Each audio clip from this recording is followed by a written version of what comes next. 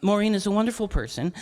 She works down at the archives as a volunteer, right, Maureen? Yeah, so, and for many years, correct.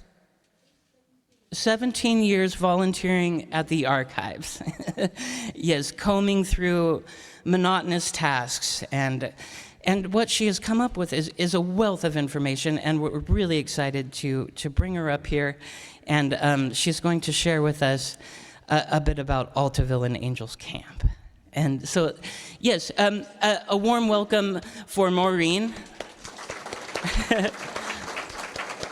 And he didn't warn me that there was a big group. So I thought we'd start with a little bit of Altaville.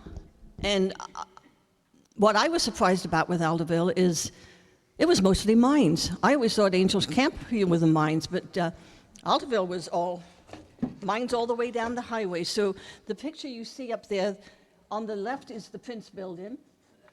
And as you look further down the road on the right, that would all be the buildings where Bret Harte High School probably owns most of those now. They're all, long gone. You can see the foundry, the little white building on the right, on the left-hand side down there, and everything else is gone. And that's why you have a lot of empty lots in Altaville. The old mining grounds, they've got nothing built on them yet. So the first thing, I keep walking away from this, sorry. The first thing in Altaville was the Cherokee House, which was where the tractor supply place is now. It was a roadside house, a bar, a saloon, and it was owned by William Bean in 1850, long before there was anything else. William Bean was a member of the Cherokee Nation. There were quite a few of the Cherokee Nation here. And when he sold it, I guess what you'd call criminals bought it, and it became one of those hangouts that you didn't want to go near. And there were quite a few people hung on the tree, lynched on the tree outside by lawmen. So after after that ended, Peter Miller and his wife Mary bought it, and they lived there as their house. It burnt down in, if I remember right, 1908. And sadly, there's no photos, not that I know of anyway.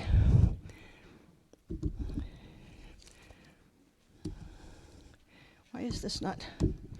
Come on, there we go. There we go. You can see the Prince Building over on the left again, and you can see some cars down on the right. Those cars are right at the edge of the grade road where that drive-through coffee place is now, and that was the Altaville Hotel. You can kind of see a two-story, and again, the white roof building, the light color on the left, that's where the foundries were. I lost it. There we go. The Prince Building, he built it with a partner, Garibaldi, David Garibaldi, but Garibaldi and a lot of other Italians went back to Italy in 1862. I think there was some kind of fighting going on over there that they were getting into, from what I heard. But Mr. Prince stayed, had a large family. He was the coroner as well, and you can see the coroner's office. It was right next to the stone building at that time. And it says coroner and morgue on it. So he was kind of multi-function, and he had a store, a bar, a saloon, a livery stable, owned a hotel, and he was the coroner. And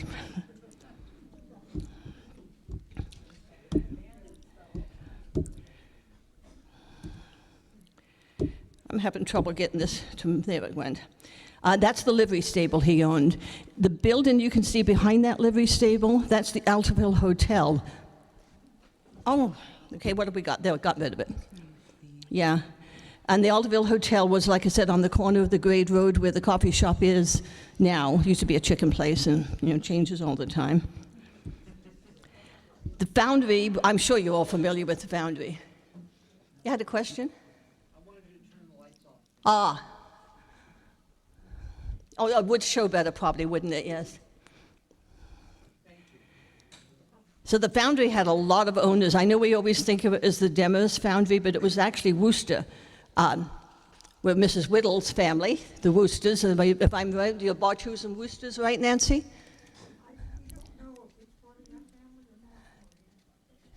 I think he might have been probably one of the first ones here, but it went through a lot of hands. The buildings that we saw before they took down weren't all the originals. They looked original, they looked old, but most of those buildings burnt in 1937 and the foundry was rebuilt then. And if any of you lived in Angels, do you remember that whistle at noon and that stinky smoke that came up? You could count on that every day at noon, then the whistle would blow and that dirty smoke would come up in the air.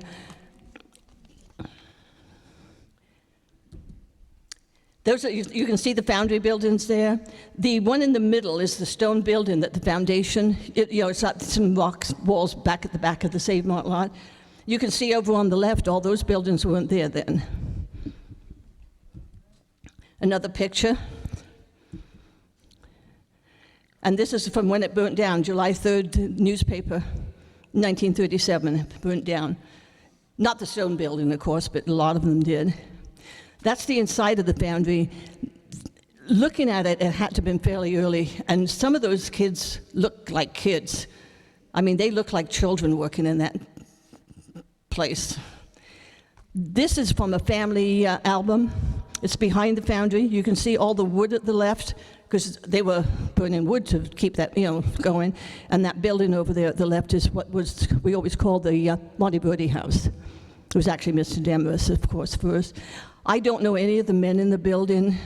I'm pretty sure one of them is a Miller, because this is the Miller's family albums I have, but I don't know who.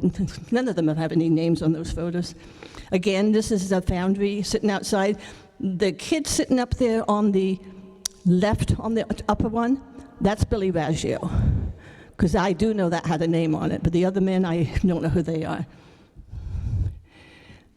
This house was built for Demarest in 1887. Eventually, Lawrence Monteverdi bought the foundry and the house. I'm sure some of you remember when they moved the house in 1985 down the road. It was a pretty interesting thing to watch and a massive job. And it's sitting on, is it Mark Twain or Stanislaus up there behind U.S. Mark Twain? This one is the Altaville Hotel. Like I said, it's the corner of the Murphy's Grade Road. It was originally owned by John, well, actually, he bought it from Thomas Fraser. Thomas Fraser had it in the very early years. John Warden, his wife, bought it, added on to it. There was a dance hall behind it on the back. They owned a lot of land around it. And when they bought it, the deed said, except in the cabin built by some Italian, the name unknown. That's another picture of it, a little bit of a close-up. The Grade Road, I'm not sure if that little building that has the roof hanging out might be the same as that little auto service, or if they knock that down and build a new one. That is Mrs. Ward. She ran that after he died, after John died. Then she went down and worked at the Stockton Insane Asylum for a while. Then she came back up and built a little house up here and lived here until she died. And that is what was on with it. Oh, you all remember Jack's Place, I'm sure. That's where the Altaville Hotel was. It was Pat's Place before that, Patricia Sepenich, and they called it Pat's Place for her, then Jack's Place. And I don't remember, that was a restaurant on the right-hand side, I think, back then, but I don't remember what it was. But this was all torn down in 1990. And I think the first building that was put up there was a fried chicken place, maybe. Kentucky Fried Chicken maybe replaced it. I think that's what it was. The Altaville Brick School. That was built with donations from the people. They had a big ball down at the Prince Building. And it was put on by the ladies of Angels Camp and Altaville because they all felt that the kids should have a school. And so the ladies got together and put on the ball and built that school. In 1939, the state school people said the children should not be in that building. It's falling down. It's going to fall down on their heads. They said the mortar was like sawdust. By the way, our county archives building's the same way now. I think it's going to fall on our heads. And so you'd have thought they'd have done something. It took them 10 more years before they took their children out of that school. which doesn't say much for, and luckily it didn't fall down on their heads. At one point, well, I guess you all know that the school building used to be at the back of the lot, and it was taken apart and moved and put back together. So when they had too many pupils, they built the wood building in front of it. They did the same thing up at Murphy's. When the school, the historic school, the wood one, got overcrowded, they built another building next to it and then later took it down. And this, of course, is Mark Twain School. The brick school was not used after 1949. They had built a 3-room school on the grounds where Mark Twain is now. And then Angels Camp also needed a new school. And so they asked to unify, and they said they would pay for the rest of the, the classrooms that it would need. And so this campus opened the bigger campus opened in 1953. And it's been, added on to since. This is the first high school. I don't know if you know why there's a high school in Angels Camp. They had a bond issue for a county high school. There was no high school. And it passed. Everybody was, wanted a high school for their kids, because otherwise you send them to the city. They boarded. But they didn't build it here, and the people of Angels and Altaville thought they'd build it here. They built it in San Andreas. Well, they didn't build it in San Andreas. They put them in the fraternal hall. So the people of Angels and Altaville got together, and they all pledged the money and built their own high school. So everybody in these two communities went to this high school, and everybody in any other community in the county went to San Andreas. For years and years and years and years, you went right through here and past the high school until they finally got that. This one lasted until 1926, and then they opened the new one. This is the curriculum for the new one. In the first year, you could either take the literary, scientific courses or the commercial course. The literary scientific would be going on to a university, and you notice they have language, they take Latin. The second year is about the same, the commercial course, but by the third year, those kids who took the commercial course must have been sent out to get jobs, because they don't have a commercial course in the third and fourth year. And you took 2 languages in the junior year. You chose Latin or German and French or Spanish. And I'm always floored that they could do that, and we can't do that today. There's no reason why our kids today couldn't learn what they... I don't know if any of you, I've got a newspaper clipping with the 8th grade graduation test that you had to take. Most of us couldn't pass it. And they were teaching in one-room schools. Really educated the kids. Fascinating. So here's the school, which we all remember, that opened in 1926. Big campus. Had quite a bit of land behind it. And this is what happened to it, of course, eventually, when it burnt down in 1994, which I think most of us remember that night, too. The Serbian church. That was built, it opened in 1909. See the building behind it? That's the Grand Bakery. It seems kind of a strange, knowing where the Serbian church is now, it seems like a strange spot. There's a good picture of it. It opened in 1912, 3 years after the church started. St. Patrick's Church was the third Catholic church. The first Catholic church was where the mortuary is in Angels. The second Catholic church, St. Columbo's, was on Bush Street. And this was the third one that they built. And that spire, I think they have, over to the right-hand side of the church, I think is where that spire was. I remember when they built it that they were, wanted to remember where that was. The house you see on the left is one of the mine manager's houses. The little building, excuse me, the little building on the right is the parsonage. And according to the stories, that was the St. Columbo Church building. They took it apart, moved it here, and used it, used it for the parsonage, which would be normal because you don't waste things. You move the building and this hasn't been that long. 2016 when it burned down.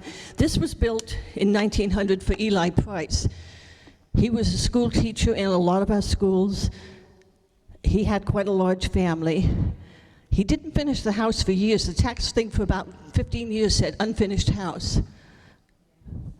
And unfortunately, it burned down, of course, in 2016. This is his family. Unfortunately, about 1912, Mr. Price started drinking. He'd probably been drinking long before that. And they sent him to the Stockton Insane Asylum, which is where you sent for drying out. I have one, thank you very much. One of his sons, the oldest one, became a judge in Alpine County. But Clarence, one of the kids, he lost in 1933, 3 of his children died in Angels Camp from starvation. But they found out, how bad it was. The people brought food to them, but they couldn't save those 3 children. Probably, not too many jobs, and that was after the Depression. And there, our museum. The tractor there is not, that one's, that's the other one. The big one, the other one, I'm sorry, I should have put a separate picture of that one, was up in Sheep Ranch area. And Carl Mills, who was the fairgrounds manager for quite some years, he told them that the owner would give it to them. So they took Mr. Carley's tow wagon, they went up there, they towed it down here, came into town making a big thing out of it. They lit the fire in the boiler before they came into town, so it'd be smoking. The problem was that the owner had not told him he could have them. He was going to have them all arrested for stealing his tractor. But they allowed him to keep it. This one was up on McKay's property, the one that's in the picture. That building, look at the difference in how it looks today from the picture on the right, the picture on the left, then how wonderful it looks today. Why isn't that moving? There we go.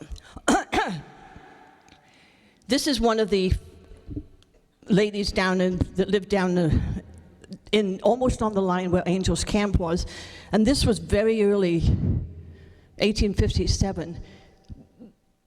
Wife beating was not unusual. It's probably not unusual today either. I don't know why I said it that way, but the people of the town, the men, protected women who got beat too much. They set up a committee. They decided he was to go, and I think, how much did they give him? By 6 o'clock on Friday, he was to leave the camp and never return. That happened up in Murphy's as well. They set up a committee in the early 1850s about, actually the lady who bought the Murphy's Hotel in years earlier, Elizabeth Mitchell, and they threw her husband out of town too. It's nice to know that there was some protection. Purdyville, there's not any photos really much of Purdyville, even though it's an important part of the Altaville community. That's the only one I know of, and I honestly don't know whose house is because you can't tell, where they are. That's Mrs. Caper's boarding house. She was obviously, there's only one woman in this picture, and she looks quite young, but I have to assume it's her. She was actually given guardianship of young girls who were Austrian girls who were abused. So she must have been an upright citizen of the community, because there were several court cases where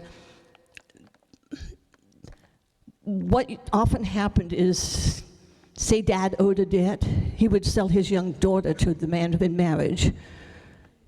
And in a lot of cases, the young girl would start screaming and shouting and yelling, and the police would get involved. And she would often be made the guardian of those children. So obviously, she was there's the Purdyville School.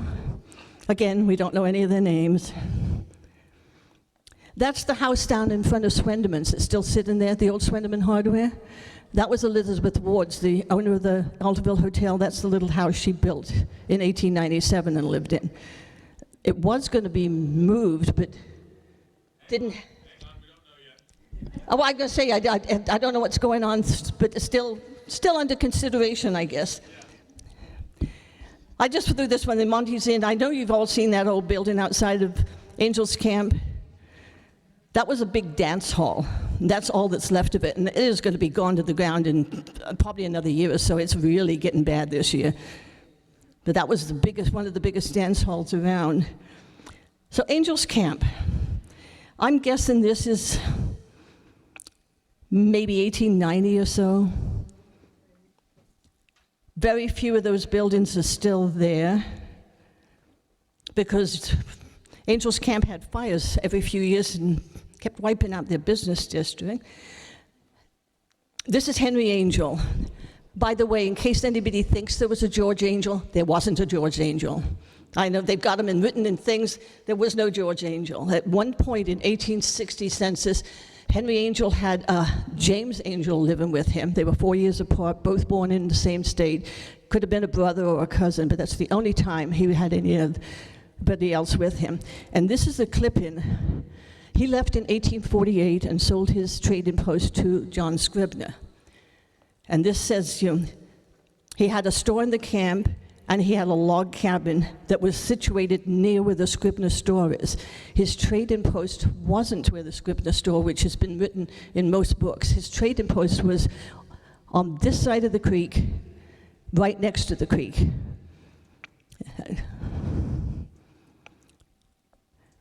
In 1855, they had the first big fire, wiped out everything, all the way through downtown. Nothing basically was left.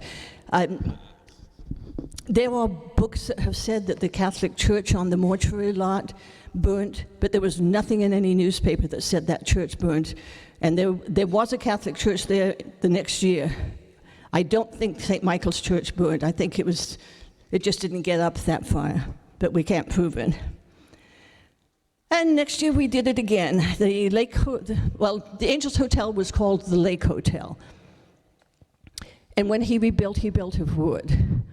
So the very next year, his hotel caught fire again, took out 2 buildings next to it, and after that he built a stone building, which he probably should have done in the first place. Third big fire was 1885. It started in the Cosgrove Hotel, which was on the west side of Main Street, about halfway down. The newspaper said they had an insane person in the room and he started the fire. Whether that's true or not, I don't know. Destroyed everything between the Scribner Stone Store and Lot 9, well, Lot 10, where there was another stone store, which was Scribner's warehouse. So that whole section was gone, and there's no building in that section that was before 1885. And also, that all burnt twice more, the same section. So all the buildings in there are newer than 1931.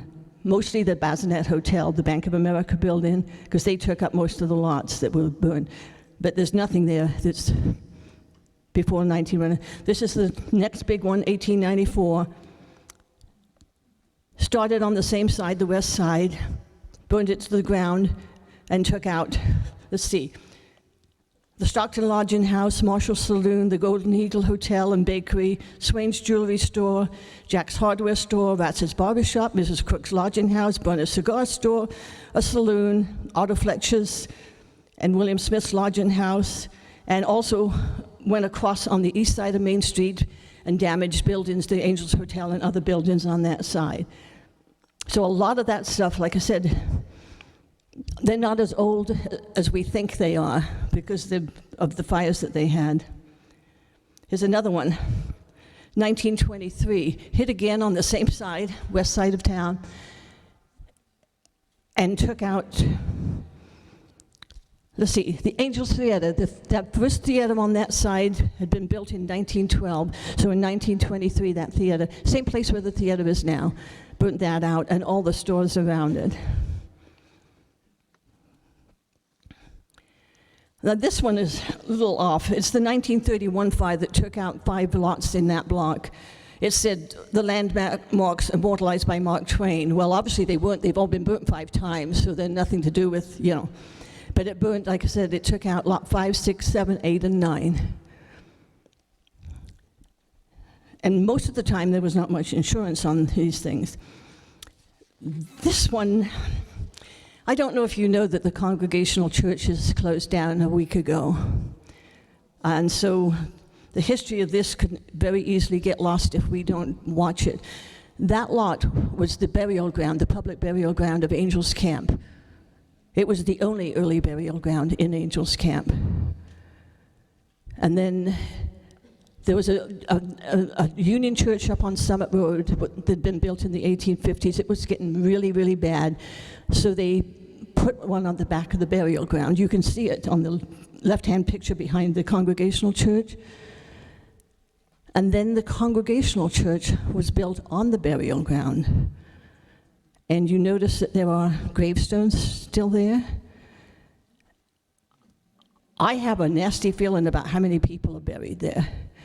Mrs. Jackson, Almina Jackson, died in the early 1850s in childbirth, and so did her baby. She was buried there, and there's no marker. How many others are in that ground that never had a marker? Because most of the early ones, at the best, they had wood, and in some cases, nothing. And you can see how many markers. I'm guessing if the markers there, the body's there. So there's probably a lot of people still there. This is the 1855 Catholic Church. Like I said, it was on the mortuary lot. It was there where the parking lot is, not where the building is. The building's a different lot. And it was called St. Michael's. They used that until the church on the left up on Bush Street, St. Columbo's, was built. They built it about 1890 on what is now called the Douglas subdivision. Then around 1900, and it wasn't that old, that church wasn't, the new priest that came thought, because it was mining ground and he thought it might collapse, he insisted that they build another church somewhere else and stop using that. And so they built the St. Patrick's Church on, well, not this lot, that lot, over there. St. Columbo's was, like I said, it was a neat little building, and it wasn't used for long. Did you know that you had the first airport in the county? Yes. Opening day, Carlo Airport, June of 1929. It wasn't in the city. It was on, does anybody know where Saunders Ranch is in Vallecito? Right before Red Hill Road, the Saunders were. It was on leased land from Elmer Saunders. It was paid for by the Boosters Club. The Boosters Club in Angels Camp basically ran the city. The city council would turn to them anytime they needed something. The boosters would raise the money, because when you became a city, you really didn't have any money, and they wanted to really do things as soon as they became a city. So the Boosters Club, the things they did, not just for Angels, but for the whole county. They started the winter sports up at Big Trees. They brought thousands of people up in the 1930s to play in the snow in a place that didn't even have a highway up that was worth anything. They were absolutely tremendous, what those men did. And they gave you the first airport in the county. Surprised me, I had no idea. They had a pilot school there. One of the first was a woman that signed up to get her pilot's license, well, a young woman. They had airplane tour companies that would bring them here, and they would go visit Moaning Cave, and then they'd fly them home. Pretty big thing for 1930s. Also, your first pool. The pool was where the pool was, and that isn't changed. But the first thing I found about it was the article in the newspaper that said somebody stole the pool. I was thinking, how do you steal a swimming pool? It was put in 1925 by the Boosters Club. It was 300 foot long and 50 foot wide, 12 foot deep at the deepest end. And I'm wondering, did they dig that by hand, or did they have equipment in 1925 that did it? But the bottom was left mud, and the walls were lined with 12-inch cedar planks. And over the winter of 1928, somebody stole all the cedar planks. So all there was a hole in the ground left. The picture on the left, I'm pretty sure, is that wood-lined pool. The second one is the next pool that they opened Fog Jump Weekend, May of 1934. And then the last picture is, kind of like it was when they finally just closed it down. And until I know the boosters were still paying for that pool in the 1960s. Somewhere it went to the Angels Veterans Memorial District after that.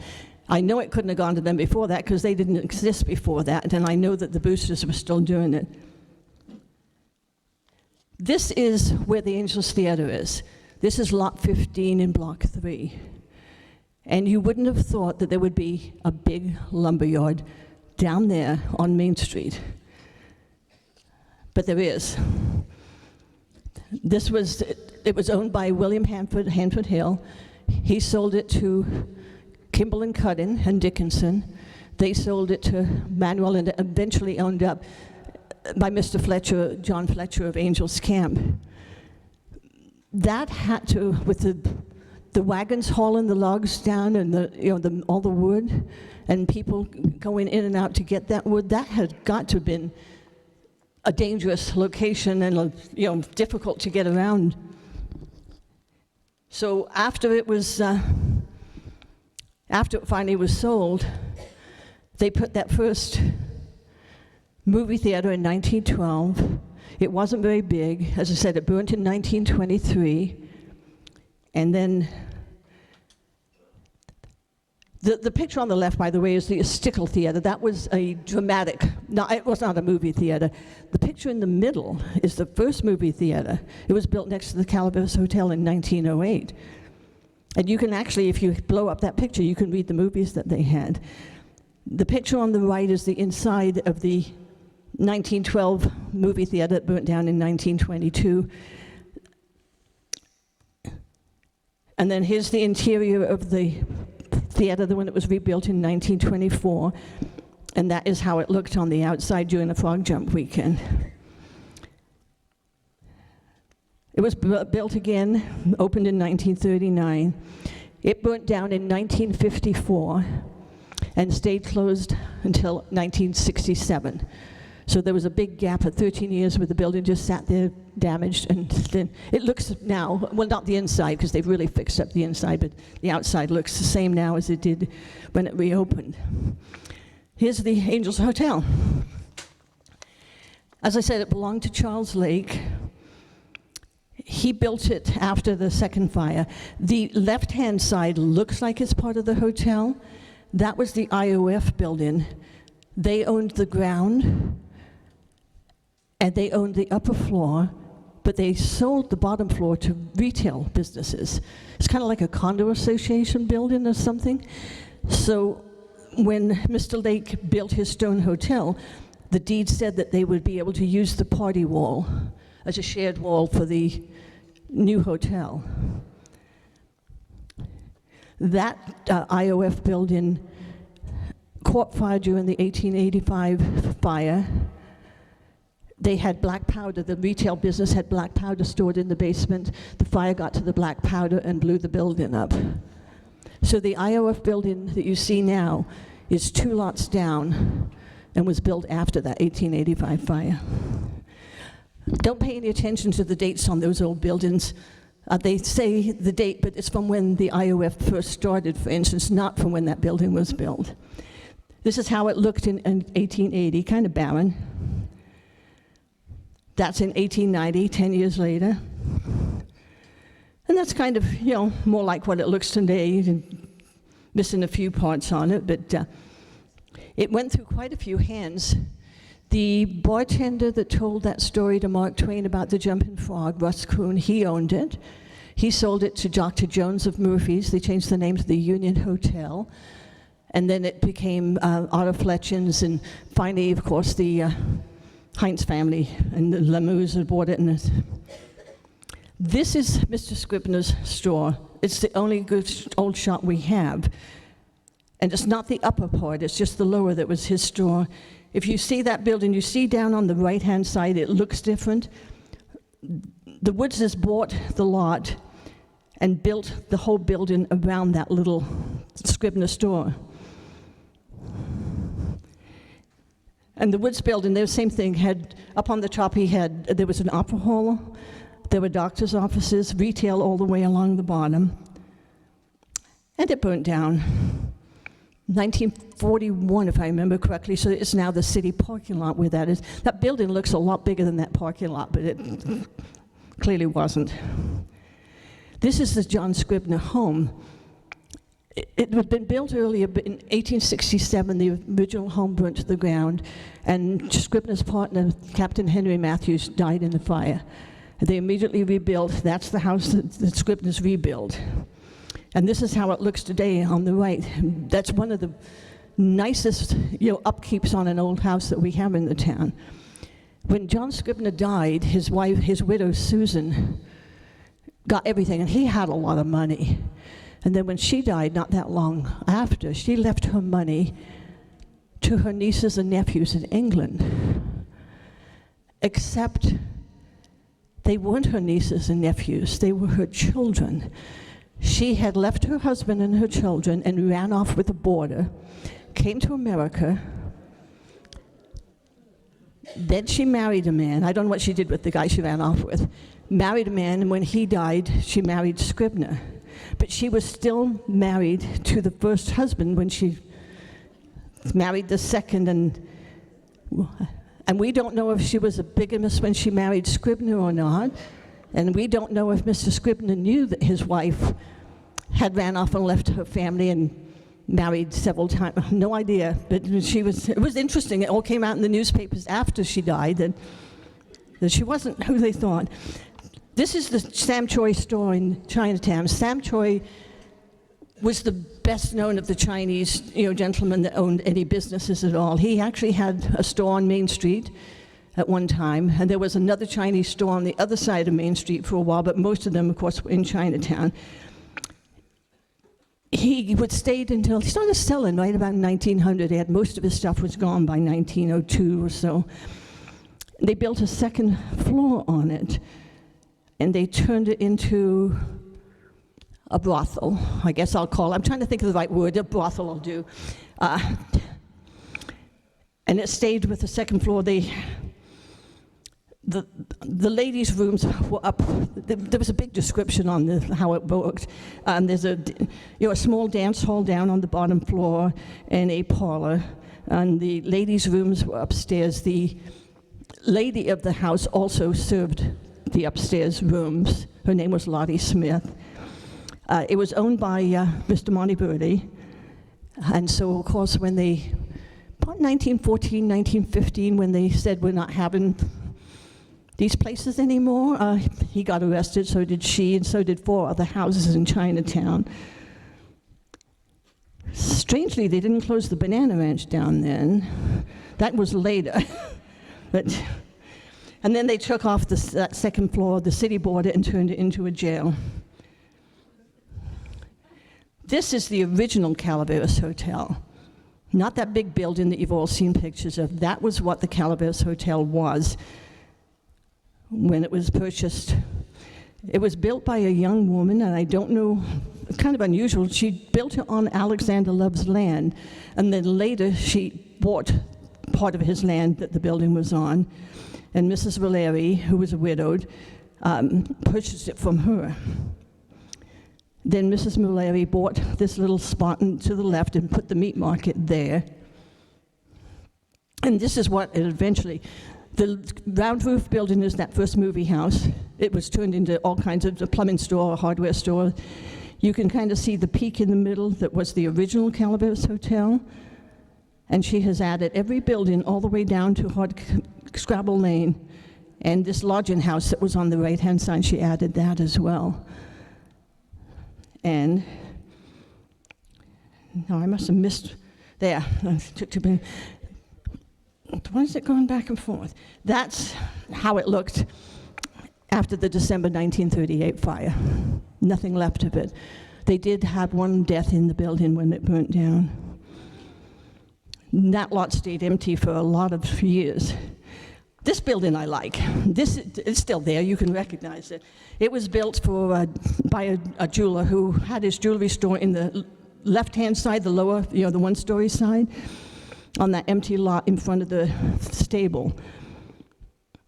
We have a lot of ghost stories in this county, and usually they are a hotel. It's haunted, it's got this I mean, they say the Darlington Hotel has, Rebecca Darlington Gardner in it. I don't know why they think that. She didn't live up there very long, and she lived down here and died here. But this one, I wondered why no one thinks that's not haunted. In 1901, a young woman, Sadie, took a room there. She met the man she was engaged to and had dinner across the road at the Central Park Hotel. During that evening, she returned his ring because he refused to marry her, and she went back to her room. And the next morning was seen on the hill up above that Reba building, the lodging house. And the person who saw her said she took something and put it to her mouth like she was drinking. And then she came down the hill, and in front of the stable that you can just barely see behind it, the barn's still there, she fell to the ground. And the stable hand called the man, Matt Zwing, who she had been engaged to, and he came and he carried her up to her room, and she died. She had a note pinned on her dress, how he refused to marry her, and he knows what condition I'm in. She also said that she had in her trunk flowered material that was intended for her wedding dress, and they should wrap her in it to bury her. They should take her body to her uncle's house down in the annex and call her mother.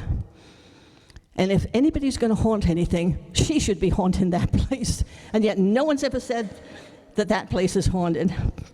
That recently sold, by the way, a young couple with a lot of ambition, we hope. There's the newspaper story on her. He will not marry me. He knows the condition I have him. They have disgraced me by saying I'm crazy, but I'm not. Only he has fooled me. And I don't know if Matt Zwing had any embarrassment about this, but he certainly should have had. Now this is where the post office and the Mel's Corner, well, it's not Mel's Corner anymore, but the bar and the hotel, the Central Park Hotel are now. The left-hand building was George Young's office.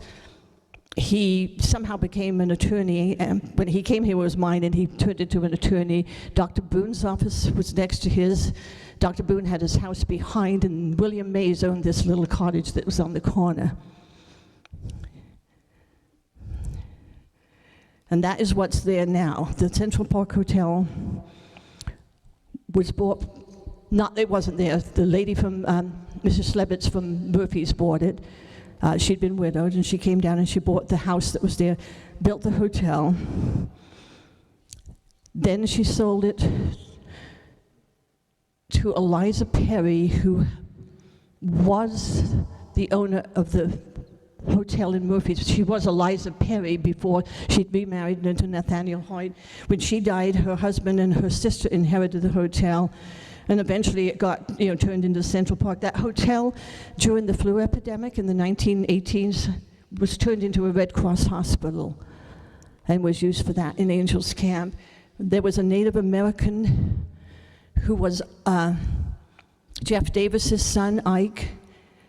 The Red Cross people were going out, checking on people who were ill, and they brought him down to the hospital. He did not want to come. Native Americans would not want to come down to Angels Camp and be in a hospital. He jumped out of the window and was found about a week later dead out in, south of town.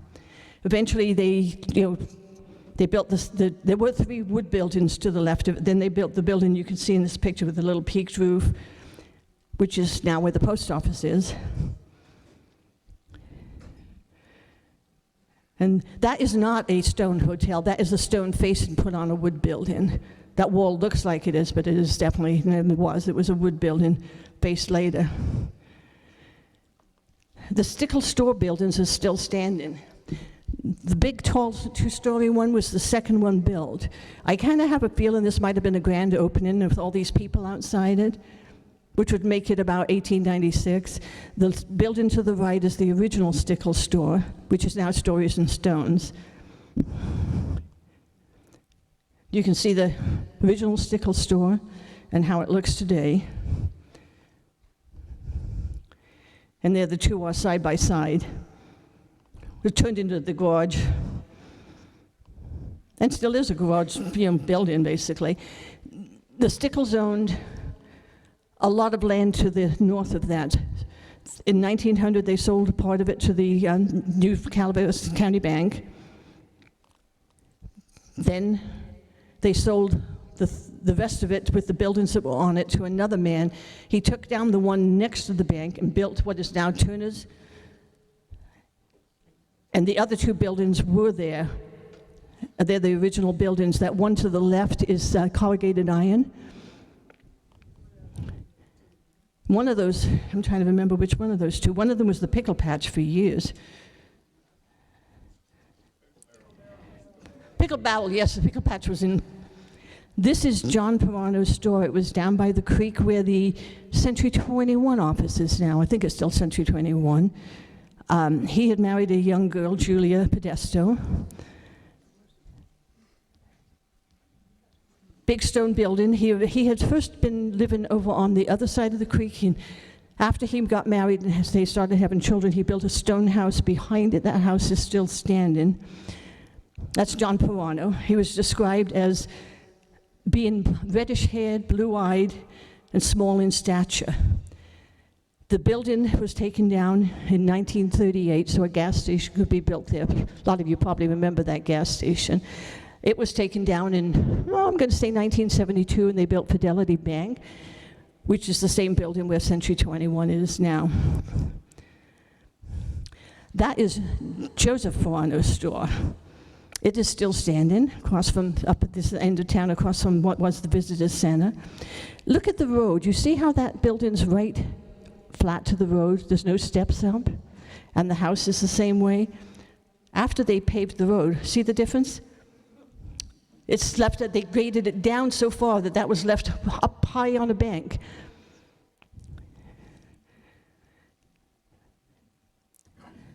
The house is still there. See underneath, there's just two doors. That's how it looks today. Mr. Pirano died in 1896. My daughter married into this family. She married into it. There were 5 girls, all Italians, and 4 of them married Italians. The last one married a Miller, and she married the Millers. So this was an uncle's, great-great-uncle's house. The Jumping Frog Jubilee, I'm sure you know that they started it after they graded and oiled the road. They say paved, but it really wasn't paved at that time. And so they started doing the Jubilees in town. You can see the stores on the left hand, the theater and where the post office is now. I don't have a real good shot of what they have hanging across, but they hung moss up first, and they had flat cutouts of frogs that hung up there. Then later they went to what I'll call pennants tied across different colored flags. And they, I'm sure I've got the very first program from the very first 1928 because the family gave me all their old stuff. And then of course they moved down to wasn't to where it is now, but they moved onto the Canepa property in 1938. And then moved on to what was the Angels racetrack a couple of years later, and started adding buildings. The Mark Twain statue, you see the frogs up on it? They were vandalized and removed. They're not there anymore. But that was put in 1944, June Frog Jump weekend, and the gate had an ore car up on the top. And this is what the park looked like back then, 1940s, when it was first done. Very rustic. It was put, Boosters Club again, and the Ladies Club, and the trees were all donated. The Bret Harte High School students drew up designs for the landscaping, and there was a contest to see which one would be chosen. They said they bought George Angel's log cabin down there, but we all know there wasn't a George Angel, and his log cabin would have burned in the 1855 fire anyway, so they didn't bring his, I don't know what it was they brought down. They did bring a log cabin, but it definitely wasn't, from George Angel. And this is before the 1931 fire. Every one of those buildings, from where those 2 phone poles are, down, burnt, and the buildings here from the one you can barely see, all of them up on that side of the road burned. And here's the Bazinet Hotel. It was built in 1937. On 4 of the 5 lots, you can see the 5th lot to the right is still vacant, lot 9. The building to the left is the one where the Scribner store was that the Woods built their hall around. It burned in 1941. And here's how it looked after lot 9 had the B of A building on it.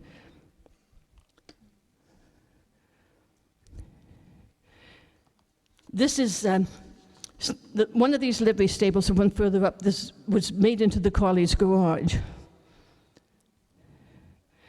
And here's Mr. Carley's carpenter work in addition to undertaking. So like I said, you could have him build your house or you could have him bury you. It didn't make any difference to him. And that was his early garage out of the livery stable. They converted one of the trucks into a school bus. They converted another one into a mortuary car. I mean, they really ran a lot of the things around here. That's a picture of, said it was brand new, 1937. That building really hasn't changed that much since then. And now, this is the Veterans Building. I have seen tourists taking pictures of that building. I think they think it's antique. It was actually built in the late 1960s. It does look like it did a really good match for, and this was what was there in 1929. You see how really, really awful those buildings were in 1929? The town had, in some parts of it, had really got pretty decrepit back then. And that's where the Veterans Building is now. Which one is this one? Oh. One of those buildings where the Veterans Building was had all kinds of retail businesses. Henry Arnett, who was a candy maker, had a business in there. And in 1897, he had a young wife, 15 years old. And they obviously hadn't got along. She had left him and been gone for several months. She'd only come back a few days. According to the newspaper, she asked him to give her $25, and it enraged him. And he took an axe and hit her several times. The witness, which was a cousin of the girls, ran for help. They heard gunshots. He'd shot himself. He had ran up to another house and hid in the basement. They were going to lynch him. I mean, that's what the men were planning, but the doctor said he was going to die anyway, so they didn't. He lived. He went to prison and died there. This is his wife, Louise, in the picture. Like I said, some of these buildings have got such sad stories that go with them. The Mercantile. Now, this one I'm going to look up because I want to actually remember. Well, you can stay down there. Because the first owner of this building was Sam Choi, the Chinaman, which is very unusual for a Chinese store to have been on Main Street, not in Chinatown, and Sam Choi had a building here. Let me look that up because it went through a lot of hands. Mr. Hockman got the building. It was a 2-story building, and he had a skating rink in it. The article says the first regular skating carnival at Hockman's skating rink occurred last Saturday. There were 200 or more there. They listed some of them they were all in fancy dress, obviously, and they listed several of them who were the most outstanding in their dress. The second one they listed was Miss Maggie Miller, who wore a jaunty little dress of white cashmere covered with knots and bows of red ribbon and a magic wand in her hand. This happens to be the family my daughter married into. We had a picture of her in that outfit, Maggie Miller. She later married, this was 1872. In that year, she married the son of the man who owned the Bovee mine up here in Altaville. And they went to San Francisco. He only lived 2 years. A few years later, she married an actor, William Dugnan. He only lived until 1885. She then married a comedian. I couldn't trace her until all of a sudden I found her death. She was back here with her parents. They had had a separation. He was in Chicago performing on the stage. She wanted to go back and reconcile with him, so she went to Chicago. He didn't know she was coming.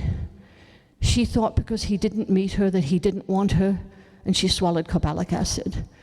That's the only reason I was able to trace Maggie, is because she killed herself in Chicago, and it had a little article in our local newspaper about Maggie Miller, who was born here, has died in Chicago. They eventually put a bowling alley in the Mercantile building. It had 4 alleys and a ping pong table, a soft drink and candy stand, and a comfortable setup of seats.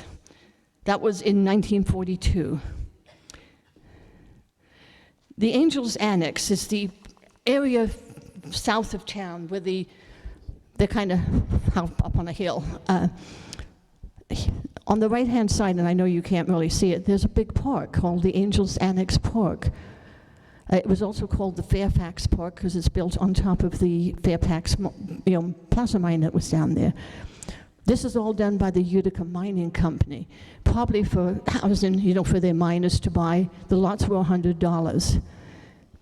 They didn't sell all that well. The ones along the highway, the main street did, but the ones up on the bank, a lot of them never had any houses on them at all.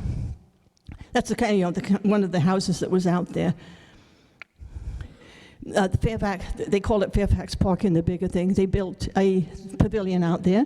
It had a ballpark.